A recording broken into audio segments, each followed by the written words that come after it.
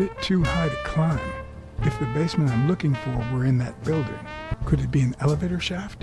How does this thing open? If only I could reach that box. What happened? Should we run for it? Do I look like I'm in a hurry? I'm gonna take another look. Keep your eyes peeled. Are you done? What do you think? I need your brute force, Jake.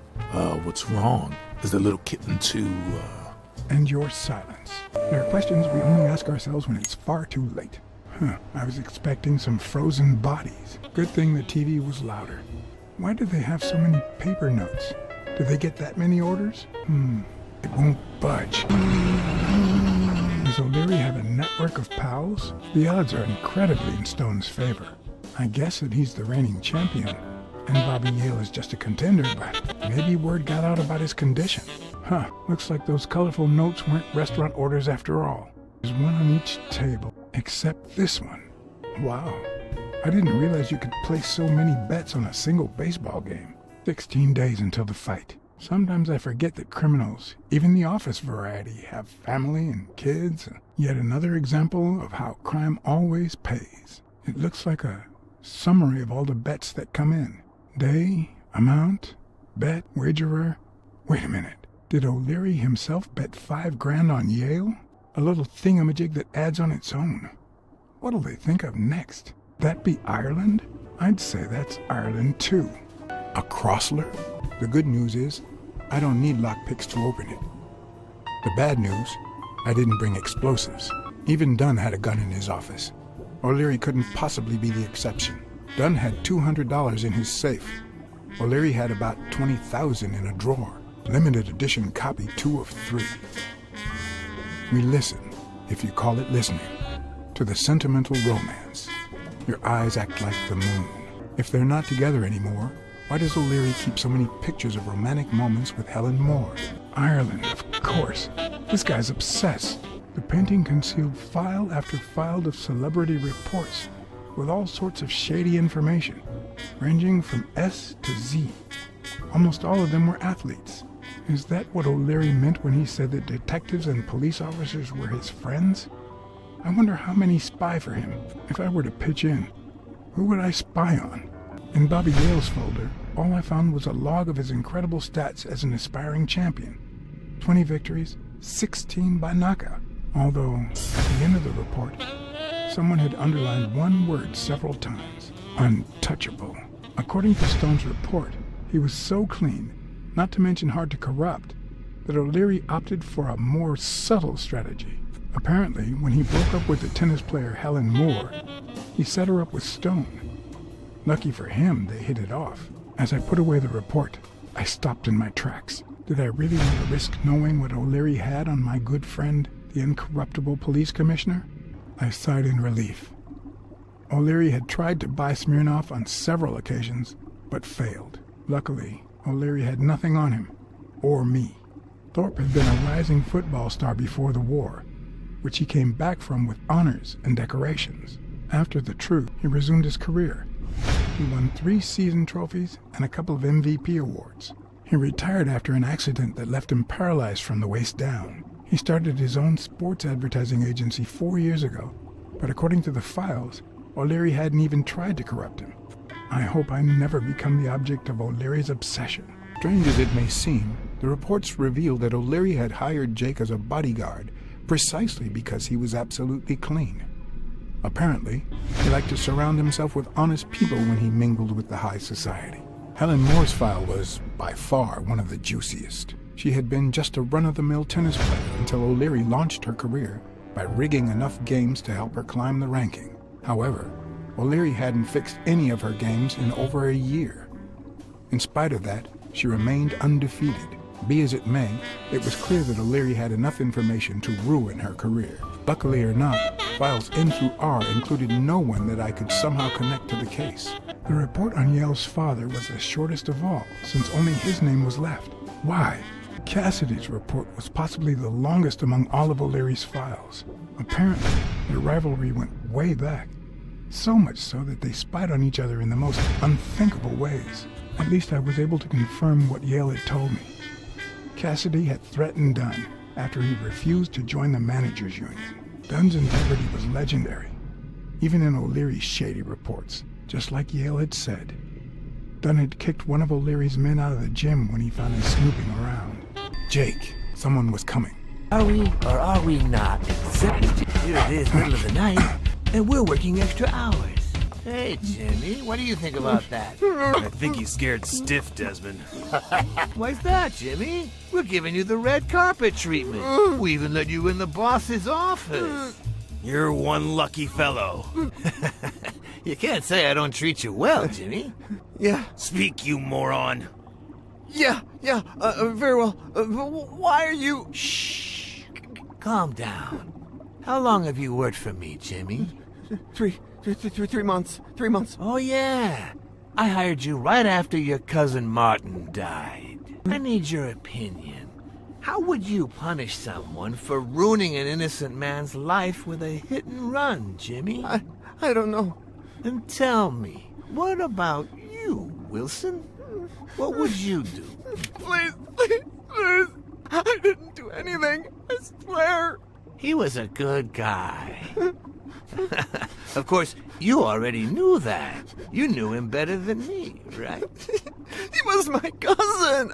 That's why I hired you, Jimmy. You see, Martin was a dear friend, and his widow said you were a nice kid, that you do a good job, and you needed the money. And I have a soft spot for those in need. Please. But, you know what? I talked to her just yesterday. She told us you did some naughty things to her with that gun, Jimmy. No. That's no way to treat a widow, is it? She's lying. Why would I do that? What about the kid?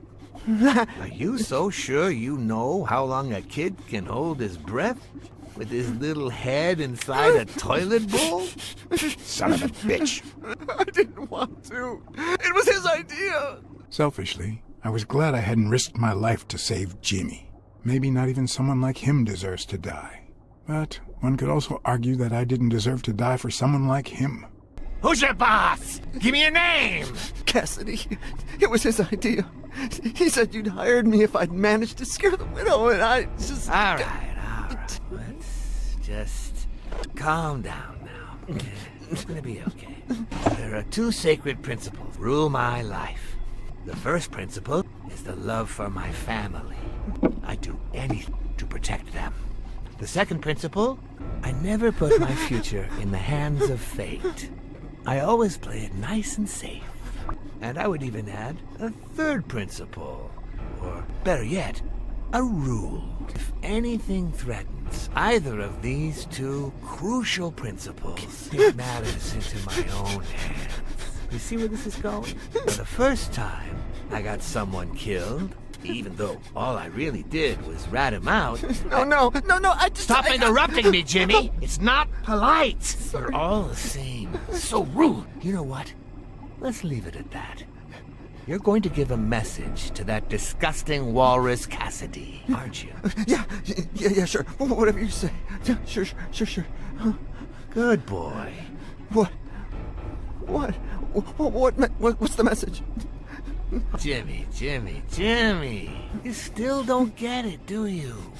You are the message. Come on, wrap him up.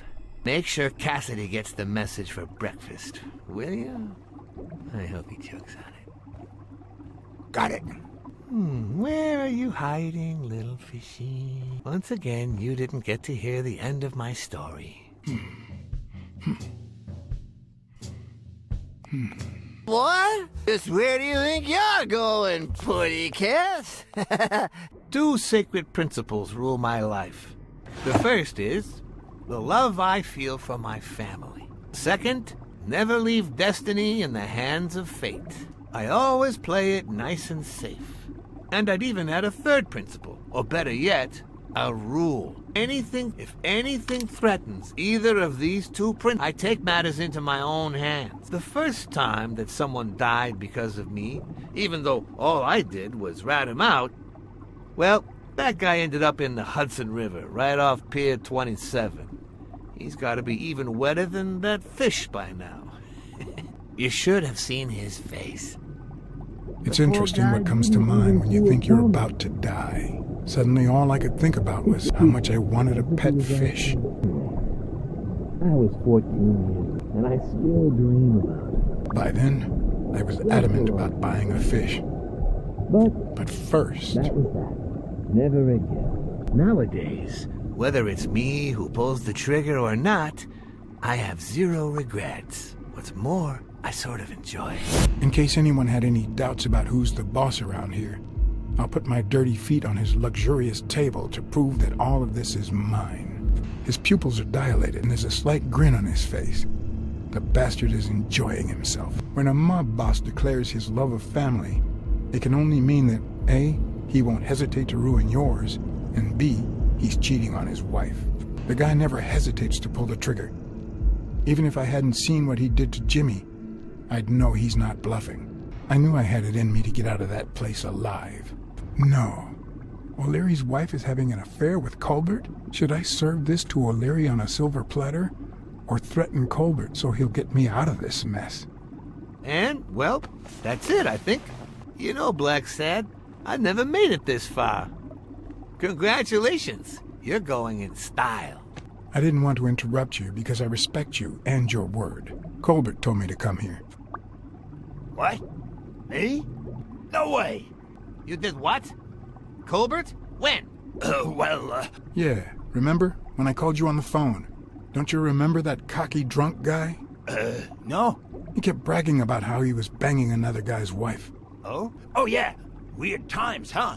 Yeah, and you congratulated me for finding Yale and saving your life. Several times. Then you assured me that O'Leary would thank me. Well, I didn't put it that way, but yeah. And then you told me to come here to ask the boss himself. Yeah. I think you deserve it. Right, Desmond? Oh, Black Sad, Black Sad, Black Sad. Thank you. And sorry for jumping to conclusions. First, you get a random beating from my men. And here we are. When you shared what you'd found in Yale's apartment, well, made me sort of want to trust you. But as you well know, you can't trust anyone in this world. Take it. It's only fair. I want to bet it all on the fight, on Sonia Dunn's behalf. Oh, what a romantic you are. We listen, if you call it listening, to the sentimental romance. I guess, if you say so. Same difference. Anyway, go ahead. Place your bet. I bet it all on Yale. Oh, Black Sad. Aren't these odd hours to pay me a visit? Your message was important, but certainly not urgent. It could have waited until tomorrow, don't you think? We cats and wolves hunt at night. I wish I was a noir fiction writer. At this very moment, I could write a couple of pointed, ironic remarks for the narrator to recount what I just lived through. The dark, crooked alleys of New York reminded me of the state of my own soul. No. Fall struck me with the full force of my long-lost youth. Nah, not that. Fall descended over me with the full weight of a guilty conscience. God, that's worse.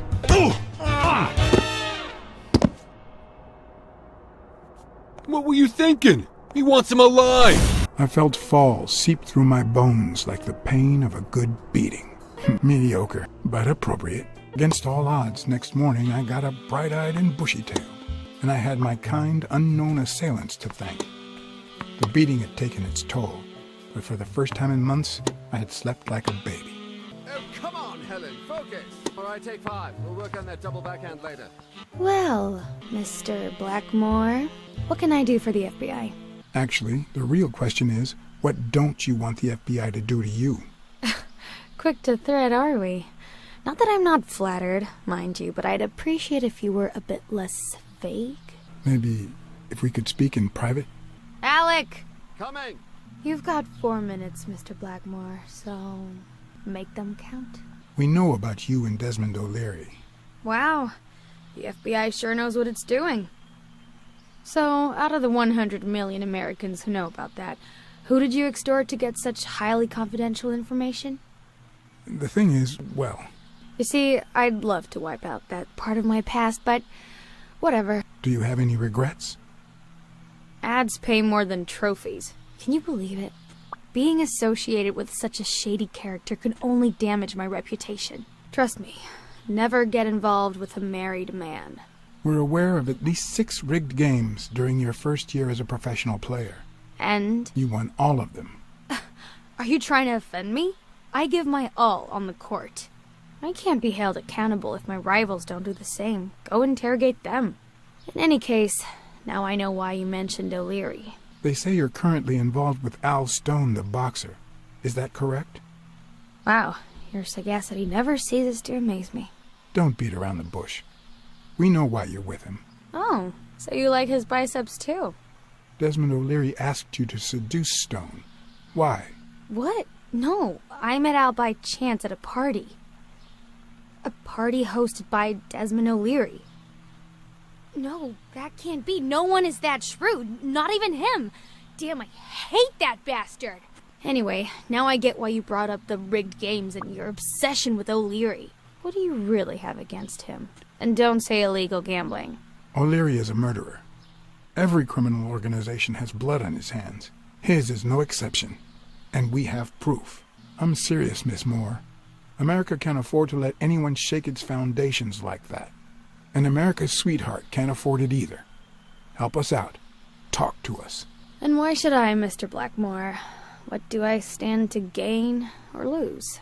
The FBI always returns a favor. Oh yeah? Are they gonna rig my games?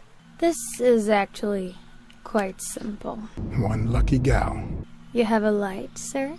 The pearly white teeth of someone who barely smokes. Am I making her nervous? Damn, I'm almost out of fluid. Wanna know my trick? Go down to start, then up with it, and then down again. Thanks. I don't know what you want me to say. You're trying to frame O'Leary, perhaps rightfully so, but I think you're barking up the wrong tree. Believe me, if I had the slightest... Come on, Helen. Time to work on your backhand. Let's go. Do you smoke? Nice meeting you, Mr. Blackmore. Did you bring my water? America's sweetheart gave you her cigarette? Dear God, she has the hots for you! I can't believe you said good old Weekly to investigate that stupid walrus while you were hanging out with Helen Moore herself! So, what do you say, you and me, we change places next time, huh? Your turn. Now tell me, what did you find out? You're gonna love this. You ready? I've got news, but I happen to also have a Blacksad. Thank you. Thank you so much, Mr. Blacksad. Huh? Oh, Mrs. Colbert. When you told me about my husband, I kicked him out. But this morning he came back with a bouquet of roses and asked me to forgive him. He said he had some kind of big scare yesterday and that he hasn't stopped thinking about me since. He wants to take me to Niagara Falls on a second honeymoon. And? I threw the roses in his face and I told him to shove Niagara Falls up his ass. You think I could forget what he's done just like that? I don't want to get into anybody's business here, but what if your husband really is sorry? Are you telling me to give him a second chance? Is that what you're saying? Oh, yeah. No, actually, I'd rather not say anything. All right, but I'm gonna hold you accountable. If that two-timing rhino betrays me, I'll scratch his eyes out and I'll smash his head in. And yours, too. But what just happened? Is there anything you didn't tell me? Maybe. But now it's your turn. Tell me about Cassidy. Come on, spit it out. I didn't find anything suggesting that Cassidy had anything to do with Dunn's murder, but... That's quite the tale. But I know Cassidy will be playing poker tonight with one Howard M. Farnham II, a Texas tycoon looking to get his claws on the boxing business. I also know that he and Cassidy have never met in person, and that Farnham, who's staying at the Balford Hotel, hasn't left his room. Apparently, he spent the night with 3 bottles of bourbon. So, here's my incredible plan. I'll go to the hotel, I'd knock him out, and then take his place in the poker game. That way, I'll get Cassidy talking. What do you think? Incredible, right? Huh? We agree that you would handle Helen Moore while I dealt with Cassidy next time? No? Good afternoon, Mr. Farnham. What's going on? Allow me to introduce myself. I'm John Blackmore, director of the Balford Hotel. We like to make our distinguished guests feel welcome. Please accept this small token of our appreciation. Oh, sure. I was fixing to leave, but I guess them monuments ain't going anywhere. Well, come on in then. Getting in Farnham's room was easy. Earning his trust was another story. But I always have an ace up my sleeve. Blackmore? You okay, partner? The best way to earn someone's trust is to make them believe they've earned yours. And sometimes, the best way to fake it is to tell the truth. I don't know where to begin. Since I got back from the war, I haven't been the same. Sorry to hear that, son. You should have paid somebody to go in your place, like I did. The poor bastard didn't have a pot to piss in, so he done a fair deal. Till he went off and got himself killed. But you know what? At least he earned his place in heaven. Good Lord bless that man. And us while we're at it. Cheers! One of the tricks of this trade is to be wary of the biases we all have. They cloud our judgment and blur the person in front of us, painting them with the shades of our preconceived notions of who they should be. But every once in a while, you run into someone so locked in personality that they can only be regarded as a stereotype. Farnham was a disgrace, not only to himself, but to Texas and the entire human race. To think I had to impersonate him. I wish I was like you. You seem so content, so free of burdens. Stop right there, partner. You think this old dog don't have ticks? Let me tell you something about my first wife. Once I had gained Farnham's trust, the hard part was deciding what I needed to know to become him, and not get myself killed. What can I do for you, sir? Howdy. My name's Howard M. Farnham II. Okay, should know you. What can I do for you, sir? Farnham was one hell of a drinker. I had to get the information out of him before he drank himself unconscious. Otherwise, I'd have to find that information myself. Yes, I got a Vietnamese slave last time. No, please, come in. Of course, I remember you. Take a seat. I'm sure you'll understand we can't be too careful. Our host has many enemies, and someone has to keep them at bay. Sure, I get it. I'm glad to hear that. Now, please answer my question. How much does it cost to get yourself a clean Vietnamese shave? Yeah, sure enough, Booth put the nail on the coffin of my first marriage. You know, the wife that caught me cheating with the maid. My second marriage, too. You know what I did to her daddy? Same old with several mistresses. So I decided to stick to my guns and only deal with hookers, even if I did end up marrying some. I feel you, Mr. Farnham. So I'm going to be honest with you. I spent all my savings on poker. And if I had any money left, I'd spend that too. Poker's not the trouble. It's the play with no bills in your pocket that's the trouble. Oh, trust me. I had plenty of bills. Come on now. You ain't got a pot to piss in, son. I just paid 10 years worth of your salary fixing to play me some poker, and that's no more than petty cash to me. Petty cash, to be honest. I asked you how much. Of course they gave me my receipts. Who do you think I am, boy? Wait, I'll show you. I got it somewhere. Just a sec. I just put it over. I think I'll be right back. Ding Dong? Interesting name for a town. Why didn't you just say you had the receipt in your pocket? I'm almost certain. But tell me, who told you to come to this barber shop? Let me tell you a little secret about my first wife, sonny boy. When I met that woman, she had no manners, no money, no who in the hell. Farnham, by God, if it ain't the hero of the day. This'll surely imbue me with the Texan spirit. I probably don't need to imitate his gestures during the game, but it certainly wouldn't hurt to try. I'll be damned. It's not going to be easy to sound Texan, but I'll give it my best shot. Yes, sir. New York City. Nothing says Texan like a cowboy hat. Anyway, Kenny, thanks for fixing the game with Cassidy. God bless you, brother. Craziest goddamn Texan in New York. My good old friend Kenny. Craziest goddamn Texan in New York. You know how many Kennys there are in New York? Kenny who? So besides when and where the game will be, the password, and the money Farnham dished out, what else do I need? Not even a Bible. At least it's comforting to know that when Farnham drinks too much, his female companions have less of a hard time. They smell like a party. Luckily, there was only one Kinney in Farnham's address book, Kinney Eakes, residing at Cornell Plaza, Manhattan. Stunning penthouse. I'm not surprised. Mr. Eakes has excellent taste. Do you happen to know what he asked for the last time he was here? Don't tell me, Billy Bob. This here is my new friend Father. Am I right? Sure enough, your barber was fixing to give me a shave. You can get a good shave at another time. Billy Bob is always at our beck and call. Of course. Hey, come on. Let's get in there before they finish all the bourbon without us. I haven't frisked him yet, sir. I don't think that'll be necessary. Mr. Farnham here, he's an honest Texan. And I'm sure he'll hand over his weapon if we ask him to. Right? no matter how superficial someone may seem, there's always a way to win their heart. It'll be my pleasure. Welcome, gentlemen. Chips are on the table and guns are in the safe. Now, we got a lovely night of poker ahead of us full of smoking and bourbon. So let's get started. Take a seat, Mr. Farnham. Let me introduce you.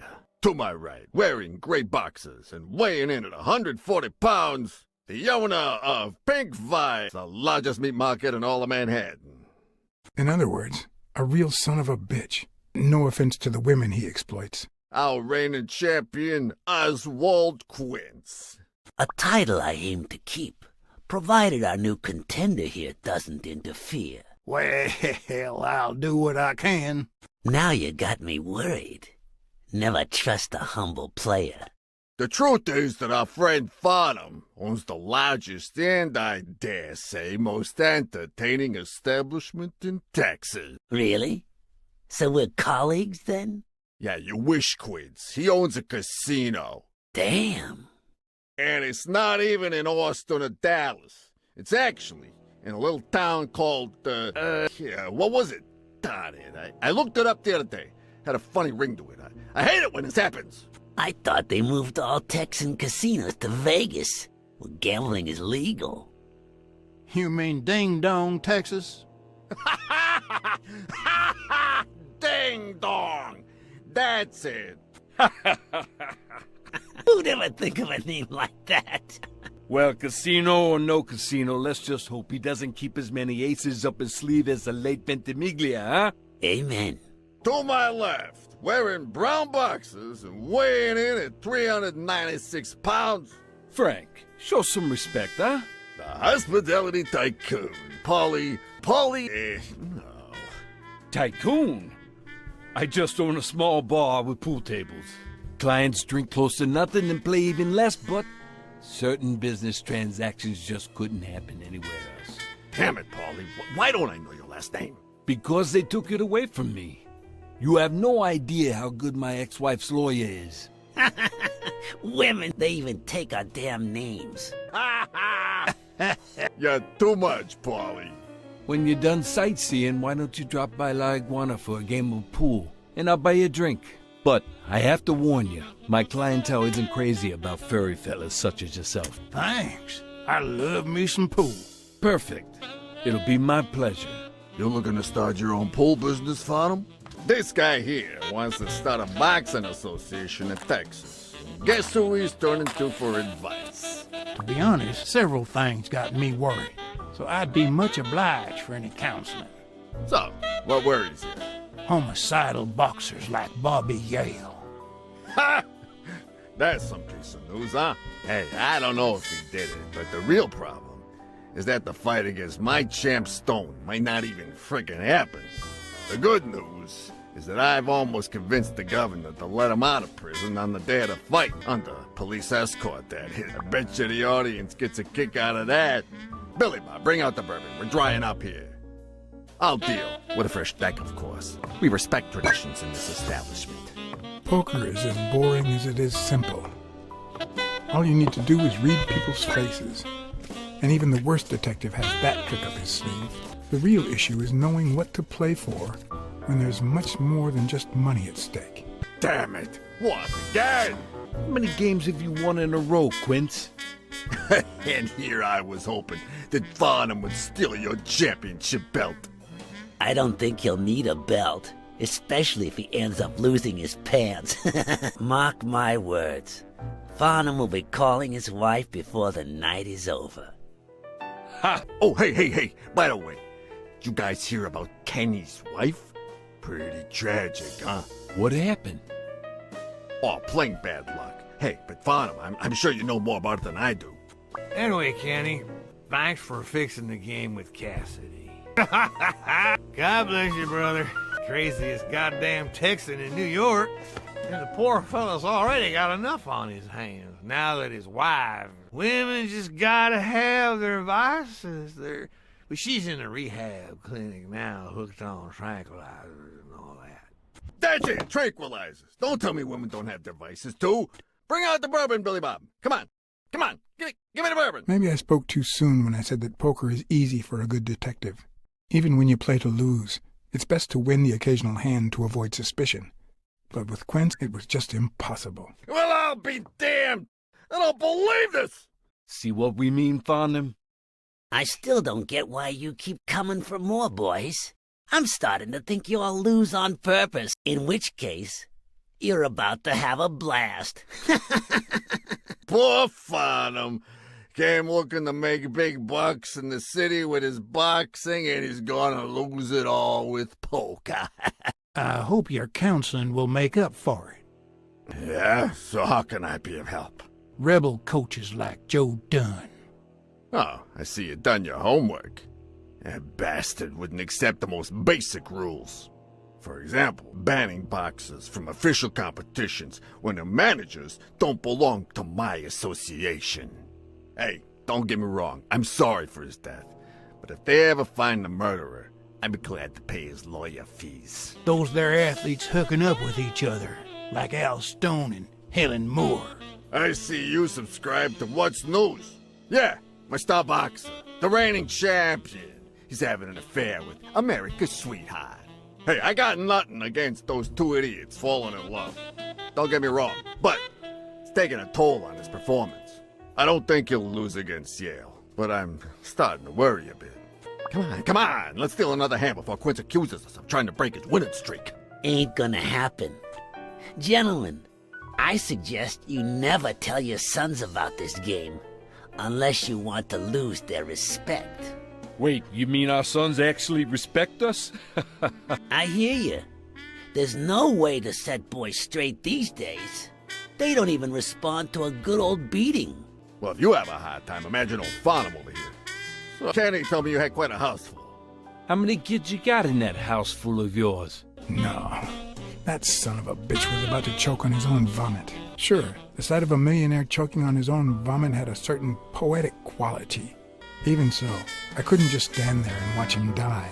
No, deserving or not, the man would live. Six, well, that's something. I don't know how you deal with all of that. All boys? Does it have to be now? Oh, never let Quince near one of your daughters. Come on, Folly. Children are sacred.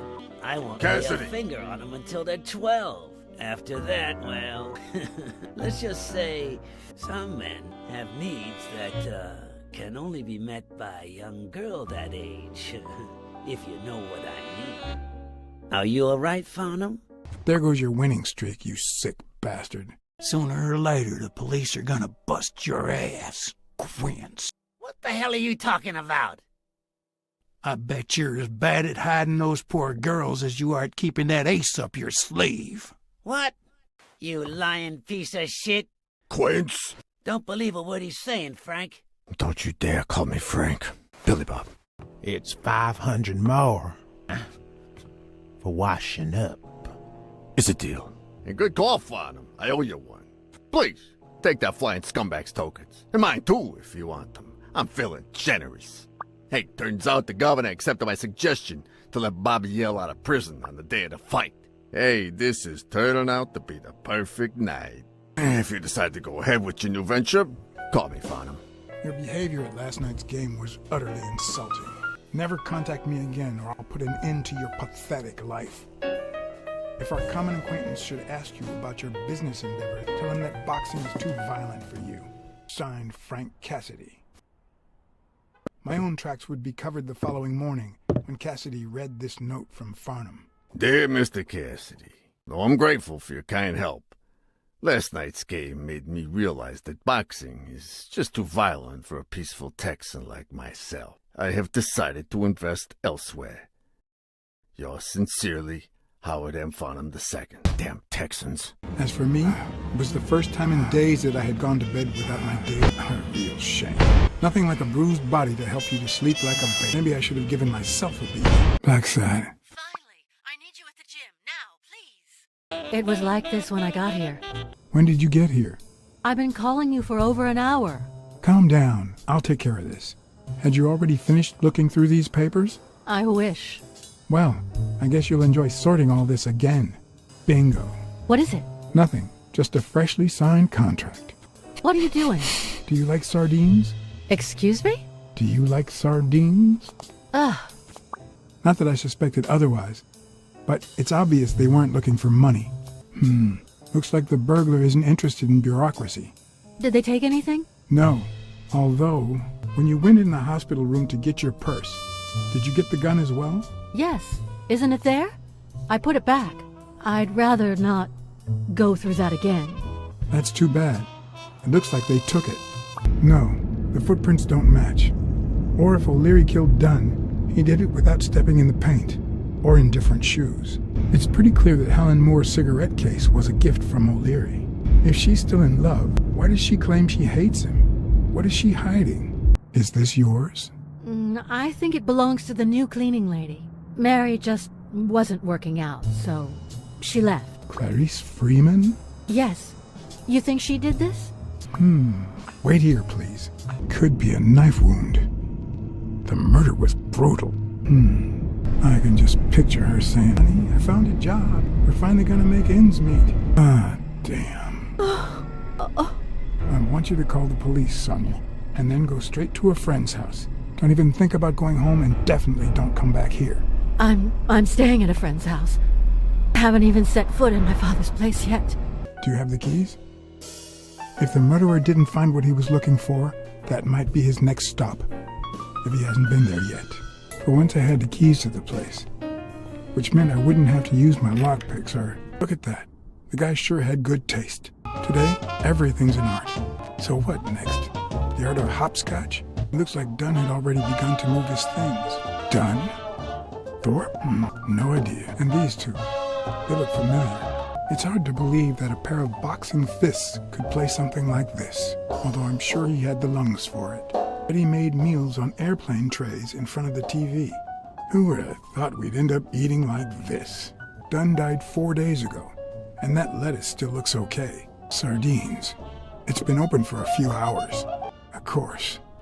Now I see how Dunn bought the apartment he was going to share with Mary. This place has to be empty in 2 weeks for the new owners. I wonder if Sonia knows about this. Pretty clear that the burglar came by the house before heading to the gym, which means he probably didn't find what he was looking for in here. You still looked at her every morning, so many years later, with a new love? Maybe we don't need to forget. Maybe pain just transforms into, I don't know, something. This is too private. Another empty closet. Elaine. I think that was Dunn's wife's name, according to Jake. Is this how he got in? Wow. Could Dunn really afford such luxuries? Or did he only want to impress Mary? Could this be the origin of Sonia's interest in business management? One of the very few teen idols who only got better with age. What's this doing here? No matter how hard I look, I'm not getting anywhere. I need to talk with Sonia, and maybe with her Uncle Tim. It brings back, I don't know. It's like remembering the last day of summer. Scenes full of joy, picturesque landscapes, and yet the light is faint and the air is still, the calm before the storm. I know that feeling. I figured that much. I can see it in your eyes. We met in the army. We were all professional athletes. They called us the Olympic Five. Who's the guy on the right? Angus Mitchell, our combat medic and a doctor with the New York Warriors. It was Spano who got him assigned to our platoon. Hey, isn't that Craig Spano on the Morley's billboards? Yes, indeed. Our captain. He was the oldest, after all, and star of the New York Warriors. He was an orphan, you know. But he loved the sport so much that he said baseball was his family. He was the one who had Mitchell assigned to our platoon. Was Dunn already boxing? Yes, he was. I had already seen him fight before I even met him. He was as humble in the ring as he was in life. He'd always let his rivals take the initiative. I remember how he barely dodged the blows. If you didn't look at his feet, it seemed like he wasn't even moving. And the footwork, pure dancing. You could almost hear the music. The song would play until his opponent was exhausted. Then came the drum roll, followed by Dunn's victory by KO. Who's the guy on the left? Ah, Viktor Sukovsky, the athlete. Probably heard of his medals. What about you? I had just signed with the Milestones. I hadn't even played my first game, but people said I had a bright future ahead of me. And you did. The cop at the hospital sure seemed happy to be the proud owner of a Tim Ironarm Thorpe autograph. Who would have thought that I'd end up becoming Tim Iron Legs Thorpe? What happened? I fought the Nazis for 2 years, up there in the sky, over Europe. And I never set foot in a field hospital. 3 years later, I crossed the street without looking. And look at me now. What happened to all of them? Zukovsky died the same day they injured Dunn. Dunn received an honorable discharge and came home. He quit boxing and opened his gym. Mitchell was redeployed to a field hospital. Spano and I continued in the same unit, but nothing was ever the same. You see what I meant with the last day of summer. And after the war, well, who the hell cares? I do. What happened to Spano? Well, you've seen the billboards. He made it big time. When I was forced to retire, I got him some advertising deals. That's how I founded this agency. But then, something happened to him. He became sullen. He fell out of shape, and slowly but surely lost touch with reality. He withdrew from public life and broke off our friendship. Haven't heard from him in, 3 years? And believe me, I've tried to contact him. What happened to Mitchell after the war? Mitchell? Who knows? We lost touch. I hope he's doing well. I think I saw Mitchell not too long ago, but I can't remember where. Seriously? Please try to remember. I'd love to hear from him again. I'll do my best. You think Spano might have been involved in Dunn's death? Spano? No way. He and Dunn were always... Well, Spano's changed so much that it's hard to say. Allow me to double your wage. You have to find the murderer. Maybe Dunn stayed in touch with Mitchell or Spano. Maybe even with both. But he never told me anything. Maybe Sonia knows. I doubt it. But that's not the only question I've got for her. May I? Like a bullet from a gun, she arrived on the scene. A young detective who doesn't know the meaning of peace